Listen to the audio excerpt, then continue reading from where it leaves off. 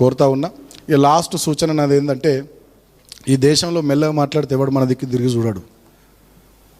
మామూలుగా నువ్వు నినాదాలు ఇచ్చుకుంటూ పోతే ఎవడు చూడడు రోడ్డు మీద. అదే డీజే బాక్స్ పెట్టుకుని ఎవరుకుంటా దుంకుకుంటావో, అరే ఏంద్ర ఈ సౌండ్ అని అందరూ చూస్తారు.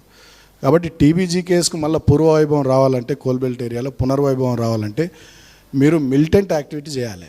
ముచ్చట్లు ఎప్పుడు కాదు, మీటింగ్లు పెట్టుడు కాదు, సోషల్ మీడియా ప్రెస్ మీట్లకి ఇవి కాదు, మిలిటెంట్ యాక్టివిటీ చేయాలి.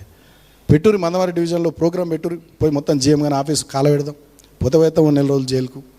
గట్లు ఉండాలి. కానీ పెట్టూరు రోజు గోవర్కంలో ప్రోగ్రాం పెట్టూరి, ఈశ్వరన్న ముంగట పెట్టూరు, పోతే ఈశ్వరన్న కూడా పెడతారు జైలుకునేలా.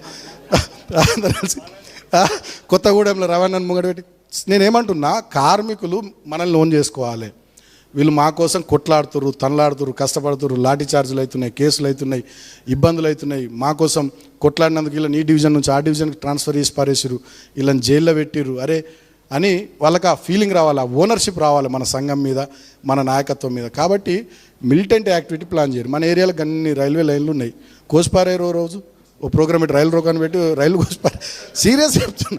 అంటే నేను అనే పాయింట్ ఏంటంటే, మీరు సీరియస్ యాక్టివిటీ తీసుకుంటే తప్ప మీ దిక్కు కార్మిక వర్గం తిరిగి చూడదు.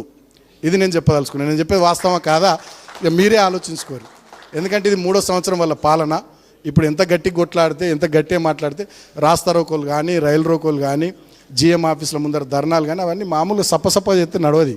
కొంచెం గట్టిగా చేయాలి. గట్టిగా చేస్తే మన దిక్కు తిరుగు చూస్తారు, మనల్ని ఓన్ చేసుకుంటారు, మన దిక్కు వస్తారు. పోయిరండి ఓ 1 నెల రోజులు జైలుకి, ఏం పోయింది, ఓ 45 రోజులు పోయిరండి.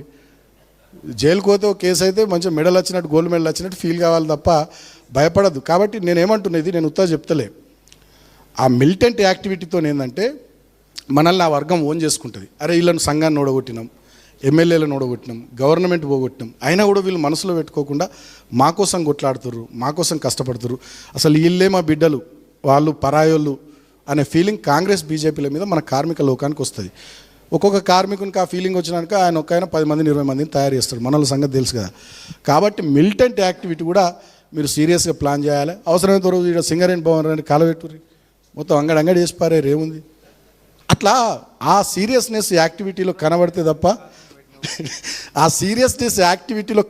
తప్ప కార్మికులు పూర్తి స్థాయిలో మన దిక్కు వచ్చేటటువంటి అవకాశం ఉండదు.